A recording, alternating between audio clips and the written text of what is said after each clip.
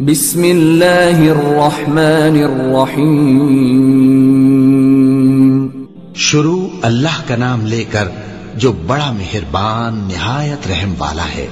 الف لام میم، یہ حکمت کی بھری ہوئی کتاب کی آیتیں ہیں، نیکوکاروں کے لیے ہدایت اور رحمت، وہ جو نماز کی پابندی کرتے اور زکوٰۃ دیتے ہیں، اور وہی ہیں جو آخرت کا یقین رکھتے ہیں، یہی اپنے پروردگار کی طرف سے ہدایت پر ہیں اور یہی کامیاب ہیں۔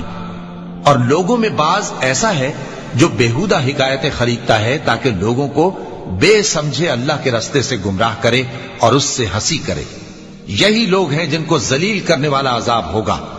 اور جب اس کو ہماری آیتیں سنائی جاتی ہیں تو اکڑ کر منہ پھیر لیتا ہے، گویا ان کو سنا ہی نہیں، جیسے اس کے کانوں میں ثقل ہے۔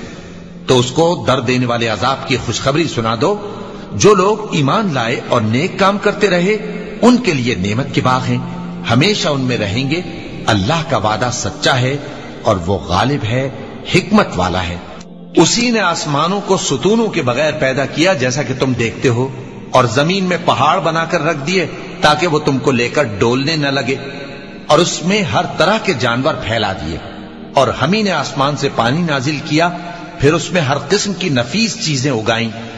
یہ تو اللہ کی تخلیق ہے۔ اب مجھے دکھاؤ کہ اللہ کے سوا جو ہستیاں ہیں انہوں نے کیا پیدا کیا ہے۔ حقیقت یہ ہے کہ یہ ظالم کھلی گمراہی میں ہیں۔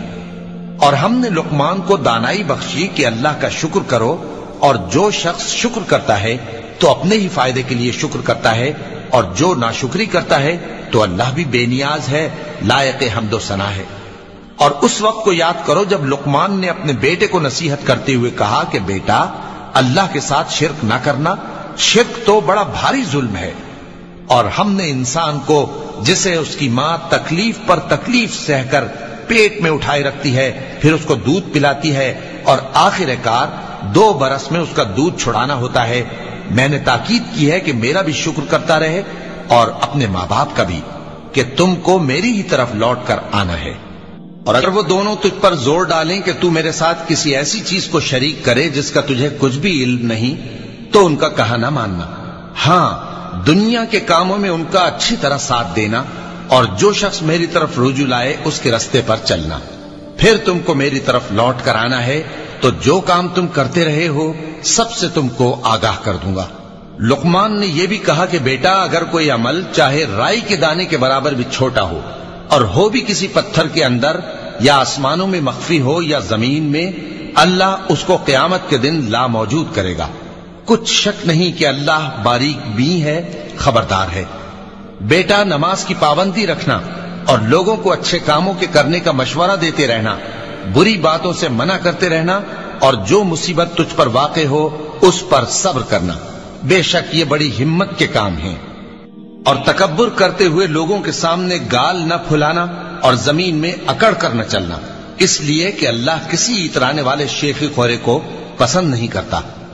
اور اپنی چال میں اعتدال کیے رہنا، اور بولتے وقت ذرا آواز نیچی رکھنا، کیونکہ بہت اونچی آواز گدھوں کی سی ہے، اور کچھ شک نہیں کہ سب سے بری آواز گدھوں کی ہوتی ہے۔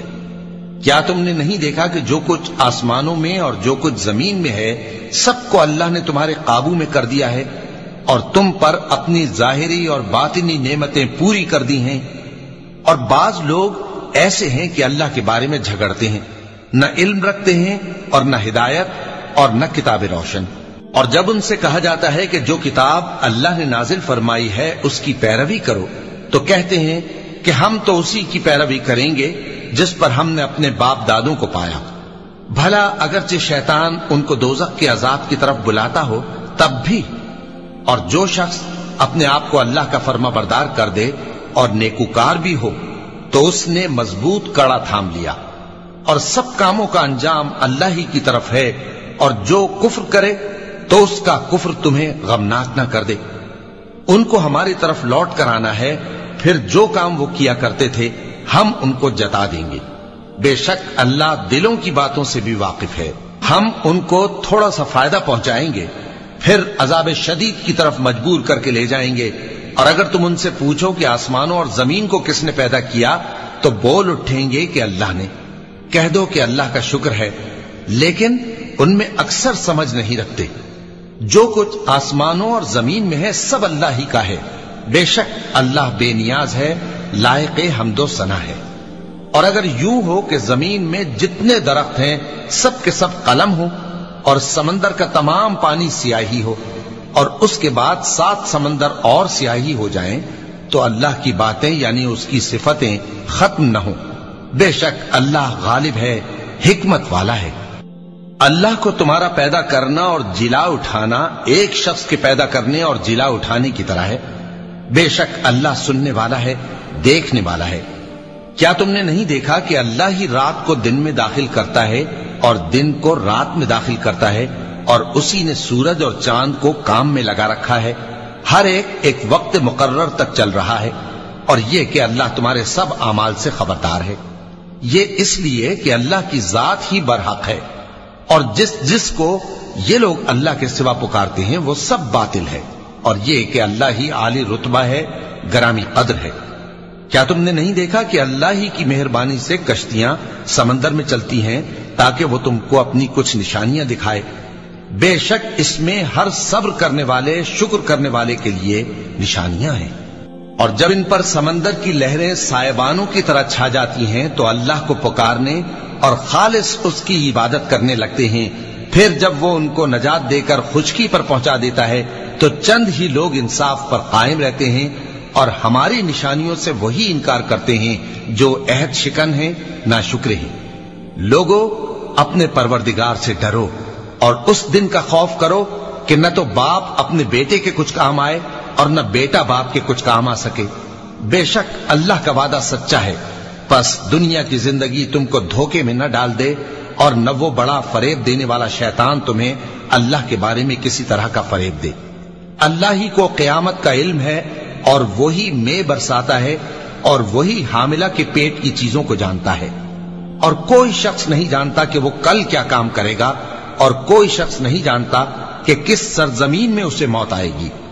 بے شک اللہ ہی جاننے والا ہے اور خبردار ہے۔ صدق اللہ العظیم۔